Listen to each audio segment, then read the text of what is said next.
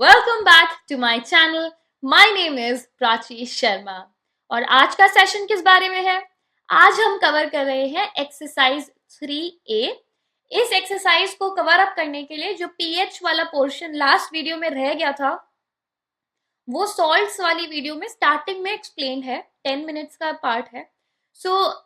मैं आपको ये क्यों बोल रही हूँ, क्योंकि जो आज का एक्सरसाइज का सेशन है इसमें पीएच वाला पोर्शन भी आएगा। There would be questions related to universal indicators.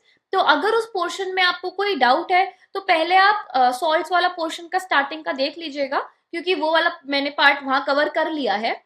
And then you come on this video. अगर आपको लगता है कि आपने खुद पढ़ लिया है and you are good to go, so welcome to the video. आज की वीडियो अटेंड करने के लिए मेक श्योर कि एसिड्स का पोर्शन थरो है, बेसिस का पोर्शन भी थरोली आपने करा है, and then of course the universal indicators.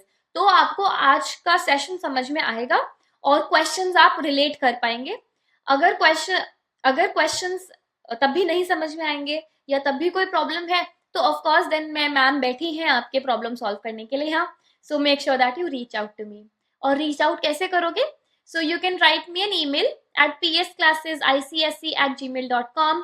Otherwise आप टेलीग्राम चैनल पे मैसेज कर सकते हो, and if both of them do not work for you then make sure that you comment in the comment section below. So without wasting any time for today, let's get started with the questions. All right, मेरे प्यारे प्यारे ICSE वालों, आज का session start करते हैं। पहला question है, What do you understand by an alkali? मैंने सारे ही आंसर्स अगेन फिर से मैं बता रही हूँ कि मैंने सारे आंसर्स डिटेल में लिखे हैं।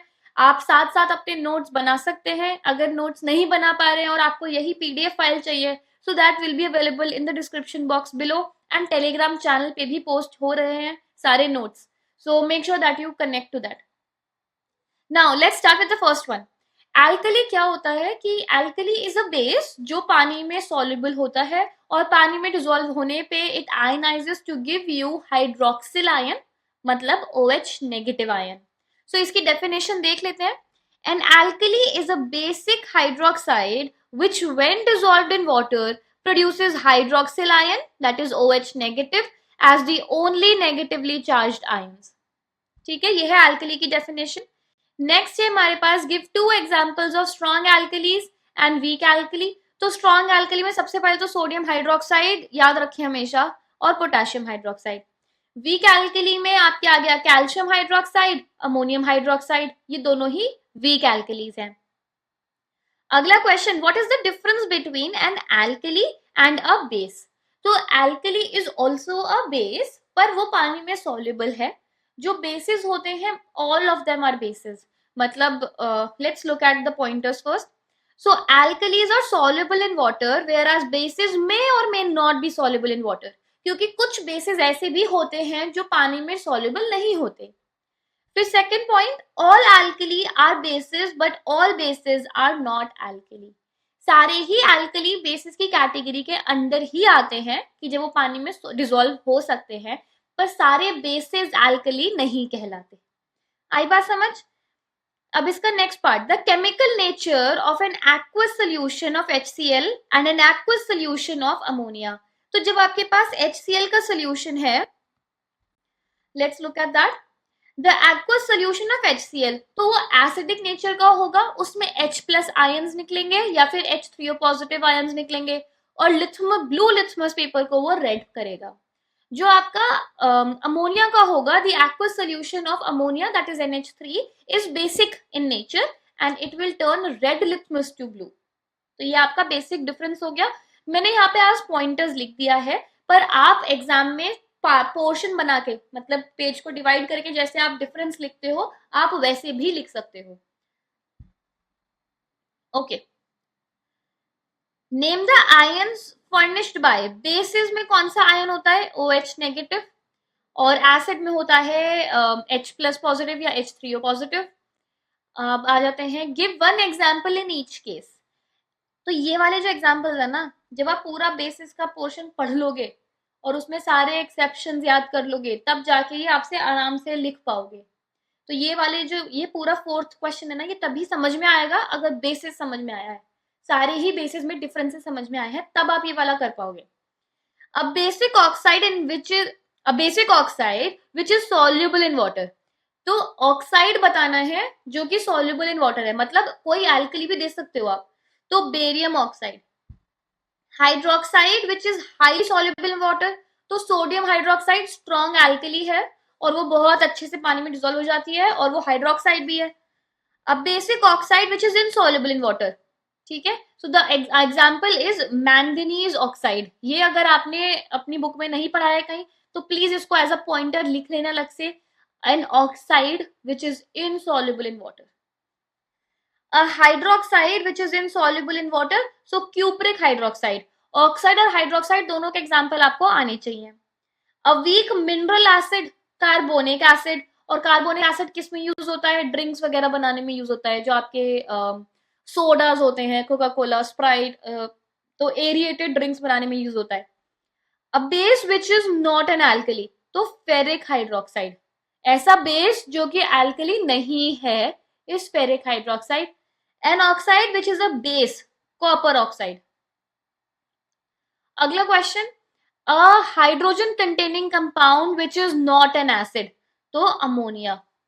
तो कैसा है वो अमोनिया? कैसा है? NH3, ठीक है। तो NH3 में क्या है? हाइड्रोजन कंटेनिंग कंपाउंड है ये, पर ये एसिड थोड़ी ना है, सो it is not an acid.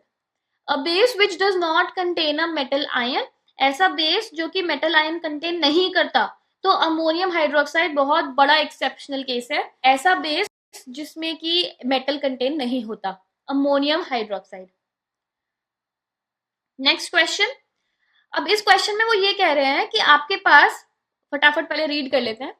You have been provided with 3 test tubes, one of them contains distilled water, the other two have an acidic solution and a basic solution respectively. If you are given only red litmus paper, how will you identify the contents of each test tube? So students, आपके पास 3 test tube है, एक में पानी है, एक में acidic solution है, एक में बेसिक सोल्यूशन है, पर आपको जो दिया गया है टेस्ट करने के लिए वो एक रेड लिथमस पेपर दिया गया है। तो आप क्या करेंगे? आप तीनों में डिप करके देखेंगे। जो वाटर है वो नो चेंज, एसिडिक सोल्यूशन में भी नो चेंज, और जो बेसिक सोल्यूशन है वो उसे ब्लू कन्वर्ट कर देगा। तो इस केस में आप ये याद रखें कि 2 टेस्ट ट्यूब्स नो चेंज ही शो करेंगी। There is no other way to identify कि उन दोनों में और क्या डिफरेंस है, ठीक है। Answer question number 6। सो HCl HNO3, फिर उन्होंने दिया है C2H5OH जिसे कहते हैं ethanol, then you have C6H12O6 that is glucose. All contain H atoms but only HCl and HNO3 show acidic character. Why? इसका रीजन ये है कि when you dissolve them in water तो they ionize and they give out H plus ions as the only positive ions, ठीक है। इसी वजह से HCl और HNO3 एसिडिक है नेचर में, बाकी दोनों ऐसा नहीं करते, बाकी दोनों पानी में डिसॉल्व होने पे H प्लस आयंस को डिसोसिएट नहीं करते। आई बात समझ? अब इसका थ्योरेटिकल आंसर देखते हैं कि एग्जाम में आप क्या सुंदर तरीके से इस आंसर को लिखेंगे। When we add water to all these compounds, HCl and HNO3 produce H plus ions in large number, whereas ethanol and glucose do not. Hence, HCl and HNO3 are acidic in nature. आई बात समझ? अगले question पे चलते हैं। Dry HCl gas does not change the color of dry litmus paper. Why? क्योंकि जो आपके indicators हैं उन्हें मॉइस्चर की जरूरत पड़ती है ये आइडेंटिफिकेशन देने के लिए। अगर मॉइस्चर प्रेजेंट नहीं है तो बिना मॉइस्चर के आयनाइजेशन होगी नहीं, क्योंकि जो भी आपके पेपर्स हैं, लिथमस पेपर है फॉर एग्जांपल, ये आपके आयंस को आइडेंटिफाई करता है कि H प्लस आयन है, OH नेगेटिव आयन है, वो आयन को रिएक्ट करता है।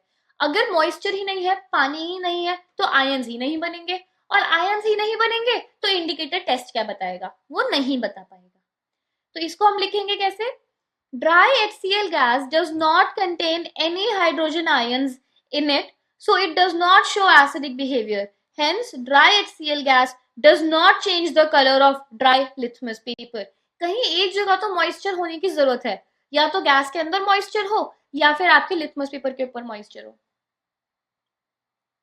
अगला question, is PbO2 a base और नॉट? कमेंट। तो जो PbO2 है ये हमारा एक एक्सेप्शनल केस है मेटालिक ऑक्साइड का, जो कि बेस नहीं है। और ऐसा क्यों? क्योंकि वो सॉल्ट प्लस वाटर के साथ क्लोरीन गैस भी लिबरेट करता है।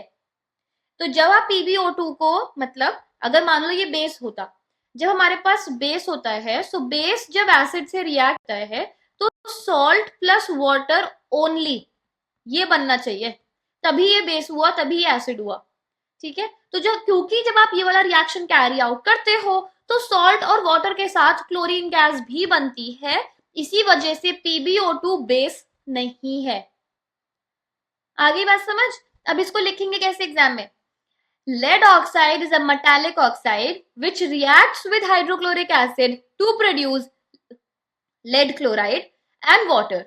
But it is excluded from the class of bases because chlorine is also produced. और उसके बाद अगर ये 1 नंबर का क्वेश्चन है तो थियोरिटिकल चल जाएगा, 2 नंबर का क्वेश्चन है इक्वेशन देनी पड़ेगी मेरे प्यारे बच्चों, इक्वेशन देनी पड़ेगी। और इक्वेशन क्या होगी? PbO2 plus HCl give PbCl2 plus chlorine plus water.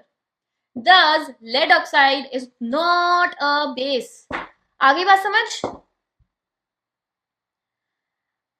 सी पे चलते हैं। Do basic solutions also have H plus ions? Explain why are they basic by taking an example. तो the answer is yes. क्योंकि आप ऐसा सोचो, सिंपल सी बात है, एक्वस सोल्यूशन बना रहे हो, चाहे एसिड मिक्स कर रहे हो चाहे बेस मिक्स कर रहे हो, जब वाटर ब्रेकडाउन होगा तो H plus plus OH ion तो वही दे देगा। तो इसका मतलब अगर एसिडिक होगा तब भी OH भी होंगे, जब बेसिक होगा तो H और OH दोनों ही होंगे दोनों केसेस में। तो हमारा एसिडिक और बेसिक नेचर किस बात पे डिपेंड करता है? वो इस बात पे डिपेंड करता है कि कॉन्सेंट्रेशन किसकी ज्यादा है। अगर H प्लस ज्यादा है तो एसिडिक है, OH नेगेटिव ज्यादा है तो बेसिक है। इस बात पे डिपेंड करता है। प्रेजेंट दोनों ही आयंस होते हैं दोनों ही टाइप के सोल्यूशन में। तो इसका आंसर देख लेते हैं। Yes, basic solutions have H plus ions, but the concentration of OH ions is more than H plus ions, which makes the solution basic in nature. और यही अगर क्वेश्चन आपसे एसिड्स के रिलेशन में पूछा जाएगा तो आप लिखेंगे कि हाँ भाई H प्लस भी है और OH नेगेटिव भी है, पर क्योंकि H प्लस के आयंस की कॉन्सेंट्रेशन ज्यादा है तो वो एसिडिक है नेचर में, और OH नेगेटिव की कम है इसीलिए एसिडिक है नेचर में, एंड वाइस वर्सा। ठीक है, तो फिगर आउट कर लेना। Alright, how would you obtain a base from another base? आपको प्रिपरेशन में से निकालने हैं सारे आंसर्स। प्रिपरेशन ऑफ बेसिस, तो आपको एक बेस फॉर्म करना है दूसरे बेस को यूज करके, तो आप NaOH को यूज करके FeOH होल थ्राइस भी यूज बना सकते हैं। So let's make it. FeCl3 को आपने NaOH से रिएक्ट किया तो you will get FeOH whole thrice plus NaCl। कोई भी एग्जाम्पल इसमें चल सकते हैं, और अगर आपको अपने एग्जाम्पल को लेके डाउट है कि क्या वो एक वैलिड आंसर है या नहीं, तो आप मुझे पूछ सकते हैं and I can tell you whether this answer is valid in boards और नॉट। अगला पार्ट है an alkali from a base. तो आपको एल्कली बनानी है। एल्कली का सबसे अच्छा एग्जाम्पल है NaOH, क्योंकि वो एक स्ट्रॉन्ग एल्कली भी है। तो आप NaOH फिगर आउट कर लीजिए कि आपको NaOH बनाना है, और आपको बनाना किससे है? किसी बेस से। तो Na2CO3 plus CaOH whole twice will give you NaOH plus CaCO3. Then salt from another salt. अब salt NaCl मान लो आपको बनाना है, तो अगर आप NH4Cl यूज करोगे तो वो भी तो एक सॉल्ट ही है। So NH4Cl plus NaOH gives you NaCl plus water plus ammonia. ठीक है, जो एग्जाम्पल्स आपको इजी लगे आप वो ध्यान में रखें तो आप लॉजिकली बना पाएंगे। Right balanced equation two satisfy each statement. Acid के साथ एक active metal give salt plus hydrogen. तो एसिड आप कोई भी ले लीजिए, मान लीजिए हमने यहाँ मेटल ले लिया Mg, सो HCl plus Mg gives MgCl2 plus hydrogen gas. अगला है acid plus give base give salt plus water. ये तो भाई जो मर्जी वो इक्वेशन लिख देना इसमें जो आपको अच्छी लगती हो एसिड प्लस बेस की। सबसे कॉमन इक्वेशन जो बचपन से ही पढ़ते आ रहे हो is HCl plus NaOH gives NaCl plus H2O, यही चिपका देना। फ्री के नंबर है ये। एसिड प्लस कार्बोनेट या bicarbonate give salt water carbon dioxide. तो एसिड मान लीजिए HCl ले लिया, कार्बोनेट ले लिया CaCO3, सॉल्ट बनेगा CaCl2, water plus carbon dioxide gas. उसके बाद आ जाइए एसिड प्लस सल्फाइड या बाइसल्फाइड, और सल्फर डाइऑक्साइड बननी है। तो CaCO3 plus HCl, CaCl2 plus water plus SO2, फिर आपका क्या है, सल्फाइड होगा, सल्फाइड। तो ZnS plus HCl, ZnCl2 plus H2S। आ रही है बातें समझ में? अगले क्वेश्चन पे चलते हैं। Question number 10, the skin has and needs natural oils, why is it advisable to wear gloves while working with strong alkalis. तो चलिए इस बात को जरा समझते हैं। जब हम बेसिस को टच करते हैं तो वो हमें सोपी लगते हैं, मतलब चिकने से लगते हैं टच करने में। ऐसा क्यों? ऐसा इसलिए होता है कि जब बेसिस ऑयल से रिएक्ट करता है तो सोप बना देता है, और जब हम किसी बेस को टच करते हैं तो जो हमारे स्किन के नेचुरल ऑयल्स है वो उसको सोपी टच बना देता है, मतलब वहां सोप बनने लगती है धीरे धीरे। ठीक है, जो हमारी स्किन के ऑयल्स के साथ रिएक्ट करके सोप बन जाते हैं, इसीलिए जब हम उसे छूते हैं तो सोपी टेक्सचर आता है। अब क्या होता है कि अगर आपकी जॉब ऐसी है जहां आप बहुत ज्यादा बेसिस के साथ काम करते हैं, किसी फैक्ट्री में काम करते हैं कि क्लीनिंग प्रोसेस के लिए या किसी केमिकल इंडस्ट्री की प्रोसेस के लिए बेसिस को आपको बार बार टच करने की जरूरत है या हाथ में उठाने की जरूरत है, तो क्या होगा कि आपके जो नेचुरल ऑयल्स है ना, they will keep getting stripped away. हर बार आपके स्किन सुपर ड्राई हो जाएंगे। तो इसकी वजह से क्या होगा, कंसिस्टेंट यूज की वजह से आपके स्किन में क्रैक्स आने लगेंगे, they will be stripped off your natural oils और ब्रिटल हो जाएंगे। तो स्किन काफी ज्यादा खराब हो जाती है। इसी वजह से it is recommended that if you have a job in chemical industry और in any industry where you are using bases a lot, so it is advisable to wear gloves to protect your skin. आइए पढ़ लेते हैं अब इसे। बहुत ही खूबसूरत खूबसूरत तरीके से हमने आंसर लिखा है। Answer is, as we know that alkalis react with oil to form soap, as our skin contains natural oil, so when we touch strong alkalis, reaction takes place and soapy solution is formed. Hence, we should wear gloves to avoid, इसमें आगे add कर लीजिएगा, to avoid our natural oils being stripped away and to help maintain the texture of our skin. एक बार लिख के इसे answer, क्योंकि incomplete answer है, आप इसे एक बार तरीके से लिख के मुझे भेज के देखें, नीचे कमेंट बॉक्स में लिख दीजिए, जिसका आंसर सबसे अच्छा होगा उसको हम ऊपर पिन कर देंगे। Next question, complete the table. Indicators का है, बहुत सिंपल सवाल। लिथमस पेपर का नेचुरल कलर होता है पर्पल, एसिडिक के टच में आया तो रेड हो जाएगा, अल्कलाइन के टच में आया तो ब्लू हो जाएगा। फिनोल्फथलीन का natural colour is colourless, acidic solution के अंदर वो नो चेंज, मतलब कलरलेस ही रहेगा, और अल्कलाइन सोल्यूशन में वो पिंक कलर का हो जाएगा। ठीक है, आगे आ जाए क्वेश्चन नंबर 12 पे। What do you understand by pH value. PH value का मतलब क्या है कि जब भी हम कोई भी सोल्यूशन को टेस्ट करते हैं तो वो उसमें H प्लस आयंस की स्ट्रेंथ को चेक करता है।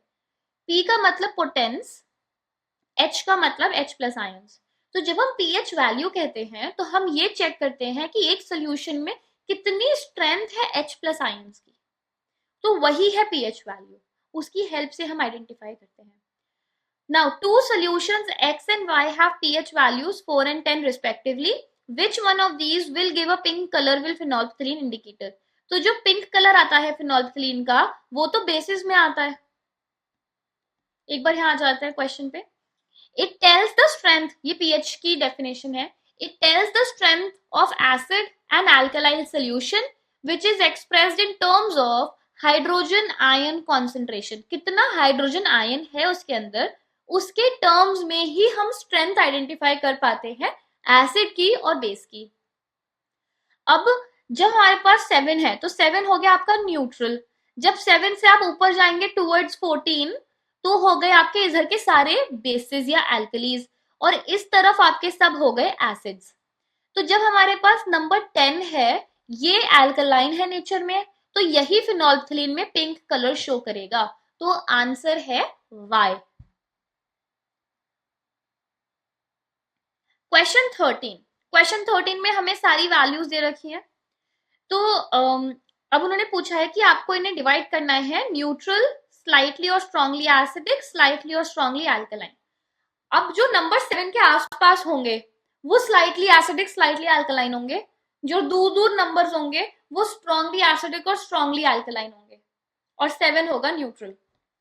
सो वही मैंने यहाँ लिख दिया है, बी है न्यूट्रल, ए है स्ट्रॉन्ग एसिडिक, सी है स्लाइटली अल्कलाइन, डी है स्ट्रॉन्ग अल्कलाइन, ई है स्लाइट एसिडिक। अगर कोई डाउट आएगा तो पूछ लेना, मैंने यहाँ लिखा हुआ है।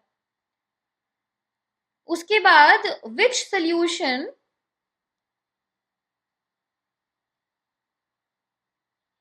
okay which solution would be most likely to liberate hydrogen gas। अब इन जो हमने ऊपर आंसर्स लिखे हैं इसमें हाइड्रोजन गैस कौन लिबरेट कर सकता है, तो जो अच्छा एसिडिक सोल्यूशन होगा वही हाइड्रोजन गैस लिबरेट करेगा मेटल के साथ। सो वही acidic solution is the answer. आप ए लिख सकते हैं क्योंकि स्ट्रॉन्ग एसिड है तो फटाफट रिएक्शन हो जाएगा और मोस्टली सभी मेटल्स के साथ वो रिएक्शन दे देगा। सो Mg plus HCl gives MgCl2 plus hydrogen gas. आप कोई भी मेटल कोई भी एसिड लेके हैं एग्जांपल दे सकते हैं। अगला क्वेश्चन है powdered zinc metal, give a word equation for each reaction. तो पाउडर्ड जिंक मेटल, तो जिंक मतलब मेटल हो गया आपका, आप किसी के साथ भी रिएक्ट कर दो, मान लो एसिड के साथ ही रिएक्ट कर दो, तो Zn plus HCl gives ZnCl2 plus hydrogen gas. अब क्योंकि आपके पास जिंक पाउडर है और आपको हाइड्रोजन गैस लिबरेट करने का पता ही है कि जब आपका मेटल एसिड से रिएक्ट करेगा तो हाइड्रोजन गैस बनेगी, तो आप वही इक्वेशन यहाँ शो कर सकते हो। तो Zn plus HCl gives ZnCl2 plus hydrogen gas. अब इसके आगे आ जाते हैं डिस्टिंग्विश बिटवीन। तो सबसे पहला कौन सा है, a common acid base indicator and a universal indicator. तो पहली बात तो आप ये समझिए कि जब भी हम कॉमन एसिड बेस इंडिकेटर की बात करते हैं तो वो सिर्फ हमें ये बता पाता है कि भाई ये एसिड है और ये बेस है या एल्कलाइन है, ठीक है। वो हमें ये नहीं बता पाता कि कितनी स्ट्रेंथ है, कॉन्सेंट्रेशन कितनी है, क्या ये स्ट्रॉन्ग एसिड है, क्या ये स्ट्रॉन्ग एल्कली है, वो ये नहीं बता पाता।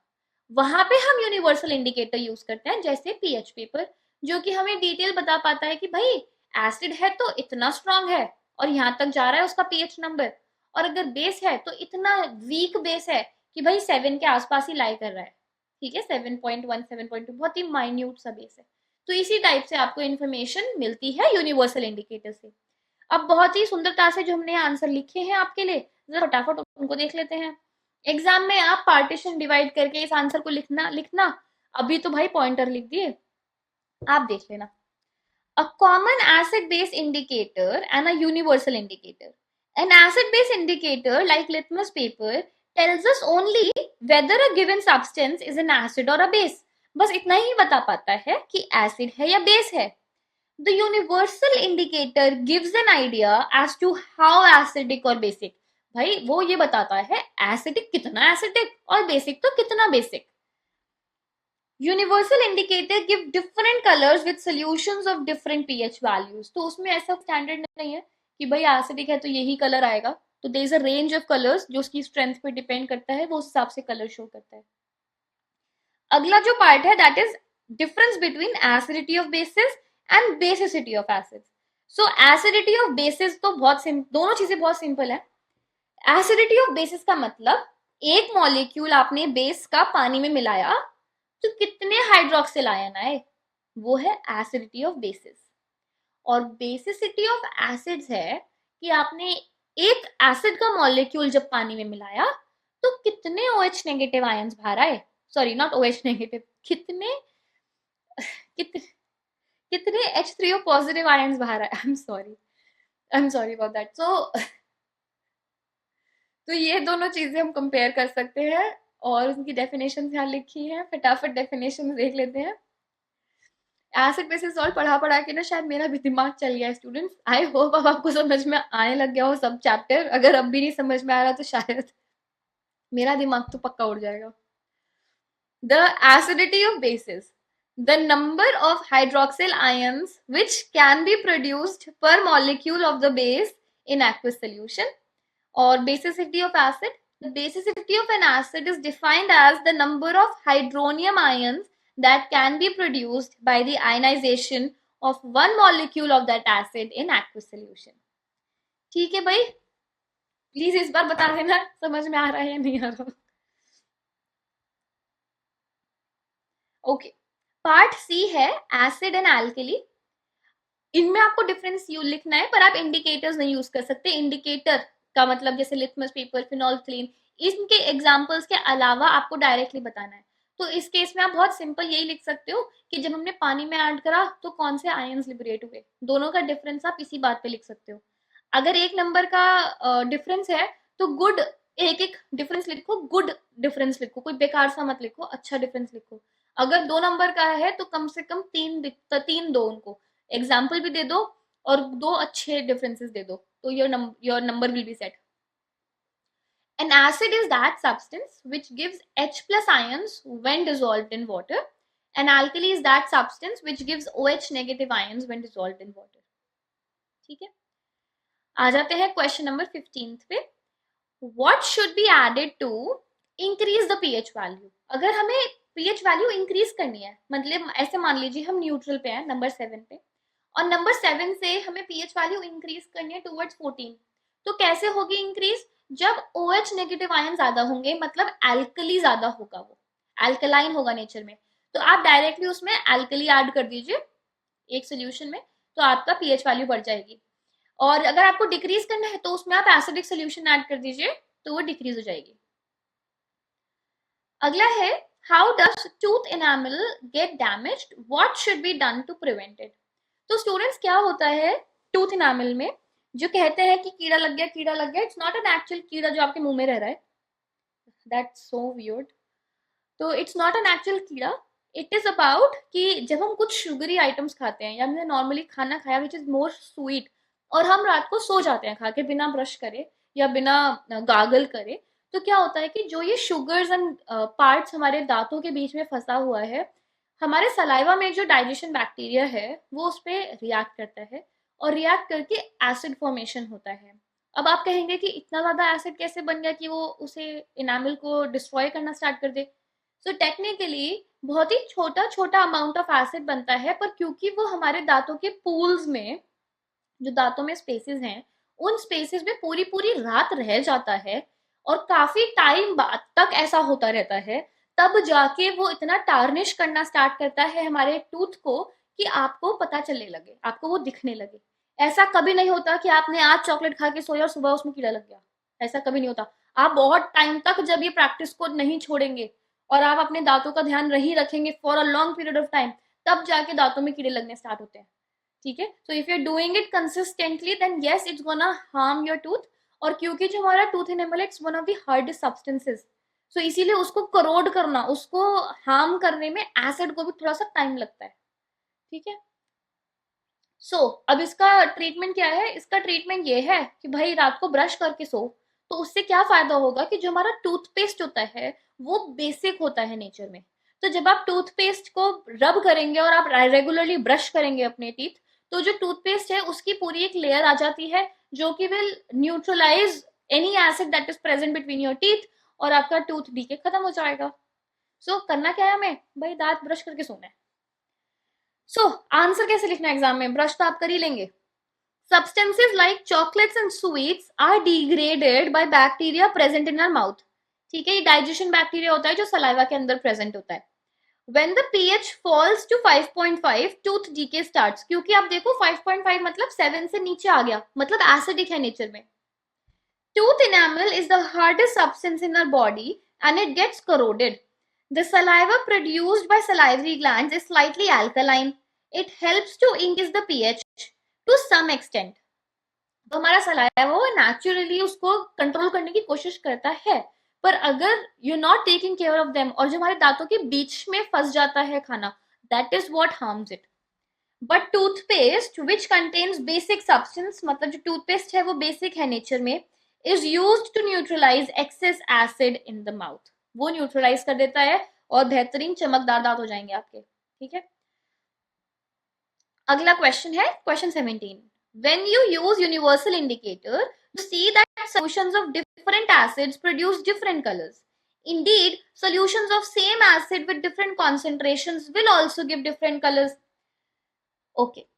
तो जब हम यूनिवर्सल इंडिकेटर की बात करते हैं, मतलब हम कर रहे हैं पीएच पेपर की बात या पीएच स्केल की बात, तो उसमें क्या होता है कि जब आप डिफरेंट एसिड्स उस पर टेस्ट कर रहे हैं, तो एक पीएच पेपर हाइड्रोनियम आयन जो है आपका H3O पॉजिटिव या H प्लस जो है आपका आयन, उसकी कॉन्सेंट्रेशन को चेक करता है।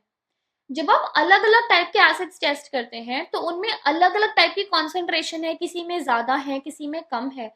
सो डिपेंडिंग ऑन दैट आपका पीएच पेपर सिर्फ ये नहीं बताता कि वो एसिडिक है, वो आपको ये भी इंफॉर्मेशन देता है कि कितना स्ट्रॉन्ग है आपका acid.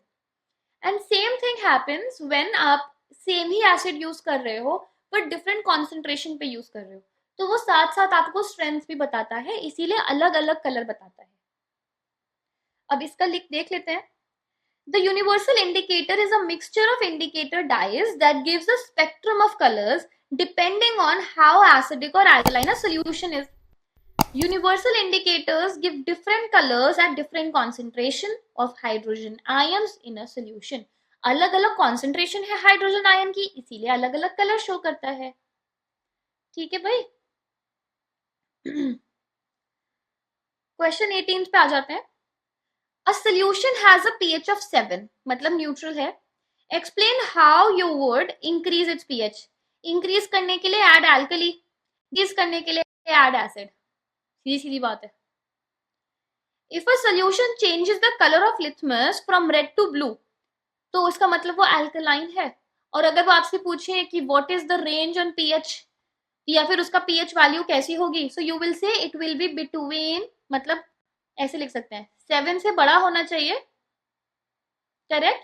So let's say that's x. So let me just write it in a proper range. तो आप डायरेक्टली लिख सकते हैं it should be between 7 and 14. तो 7 से बड़ा होना चाहिए, so it should be bigger than 7 and in between the range 7 to 14. तो वो आपका alkaline nature शो करेगा। Question number 19. Solution P has a pH of 13. Solution Q has a pH of 6. Oh, I think I missed a question. What can you say about the pH of sodium that liberates carbon dioxide from sodium carbonate? तो जब sodium carbonate से carbon dioxide liberate होती है तो वो एक base की reaction है, मतलब एल्कलाइन इन नेचर, तो उसकी रेंज होगी 7 से बड़ी, it would be more than 7। ठीक है।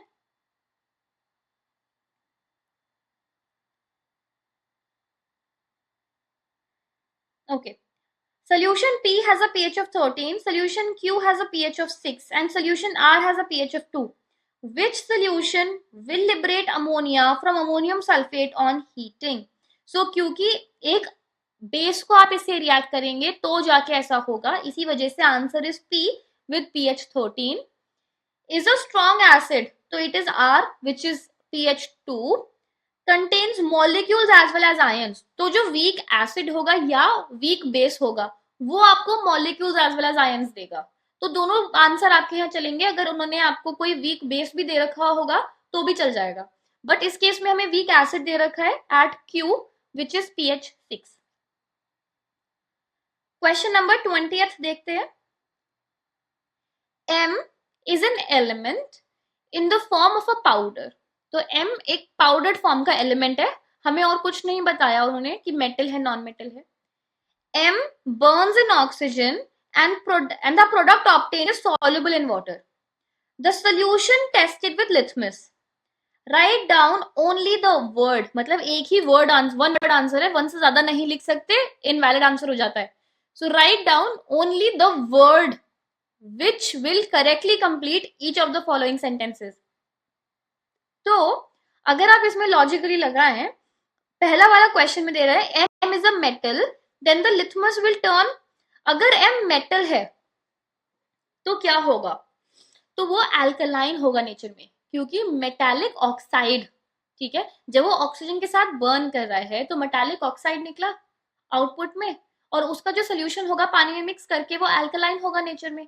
तो जब मेटल को आपने ऑक्सीजन में बर्न किया, मेटालिक ऑक्साइड बना, मेटालिक ऑक्साइड की नेचुरल नेचर है अल्कलाइन, तो जब आप उसको पानी में मिक्स करके टेस्ट करोगे तो वो ब्लू कलर शो करेगा। तो आंसर इज ब्लू। अब M is a non metal. अगर M नॉन मेटल है और वो ऑक्सीजन से रिएक्ट करता है तो नॉन मेटालिक ऑक्साइड बनेगा, और non metallic oxide naturally acidic होता है नेचर में, तो वो इसी वजह से लिटमस पेपर को रेड कन्वर्ट करेगा। If M is a reactive metal, अगर एक रिएक्टिव मेटल है M, then dash will be evolve when M reacts with dilute sulphuric acid. तो अगर एसिड के साथ कोई भी एक्टिव मेटल रिएक्ट करेगा तो हाइड्रोजन गैस निकलेगी। तो अगर सल्फ्यूरिक एसिड होगा आपका H2SO4 तो हाइड्रोजन गैस निकलेगी, तो हाइड्रोजन विल बी इवॉल्व। जब उन्होंने इवॉल्व लिखा ना तो वही समझ जाया करो कि भाई कोई गैस आएगी यहाँ आंसर में, क्योंकि गैस ही इवॉल्व होती है, सॉलिड इवॉल्व नहीं होता।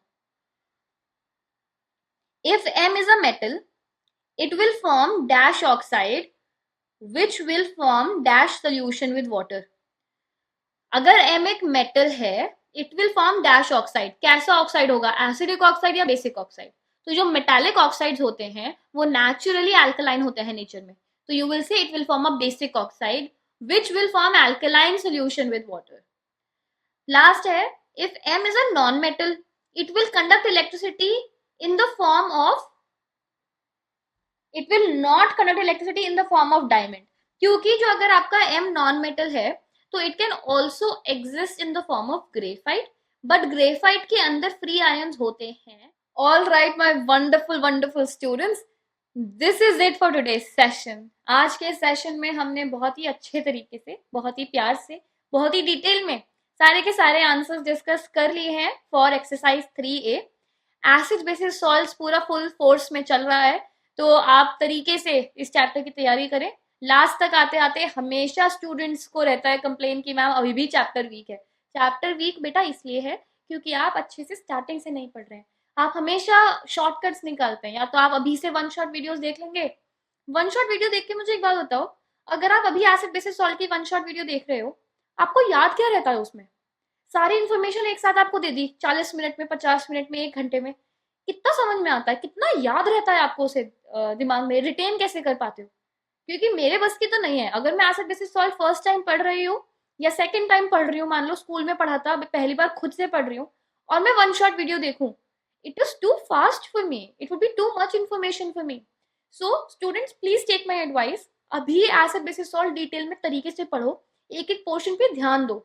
एक दिन में अगर एसिड पढ़ा है तो बस एसिड ही पढ़ो ना, उसी को अच्छे से रिवाइज करो, उसी के इक्वेशंस को याद करो, उसी के क्वेश्चन प्रैक्टिस करो, फिर 2 दिन बाद बेसिस उठाओ। अभी टाइम है, टाइम दो केमिस्ट्री को, केमिस्ट्री टाइम मांगता है, ठीक है? और अगर आपको नेक्स्ट ईयर भी केमिस्ट्री लेनी है तो वो तो बहुत बहुत ही जरूरी है केमिस्ट्री को टाइम देना। और अगर फिर भी कोई डाउट्स है या कंसर्न्स हैं या आपको अपना सिलेबस प्लान आउट करने में दिक्कत हो रही है, so make sure that you reach out to me and I will definitely, I promise you, I will help you out in this. So students, this is it for today, and we'll catch up in the next session in which we'll begin with pH paper, that is universal indicator and salts. Okay students, so this is it for today. We'll catch up in the next one. I hope you have a beautiful day today.